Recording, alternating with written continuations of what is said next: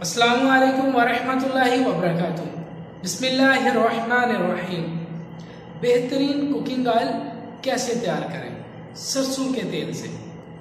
बाकी cooking oil बिल्कुल इस्तेमाल ना करें, सरसों का तेल इस्तेमाल करें। अभी इसका एक ही मसला है, क्या है? इसमें जो स्मेल आती है, अभी इस स्मेल को कैसे खत्म करें? आसान नुस्खा।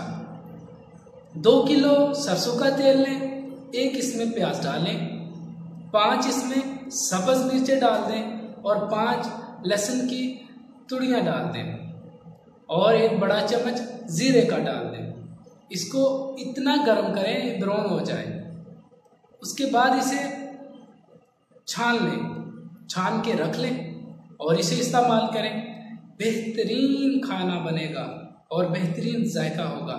जो पकाएगा वो हैरान हो जाएगा, इतना अच्छा खाना बनेगा। अमल करें, इंशाअल्लाह ताला बहुत ज़्यादा फ़ायदा होगा। अस्सलामु अलैकुम वरहमतुल्लाहि वबरकातुहू।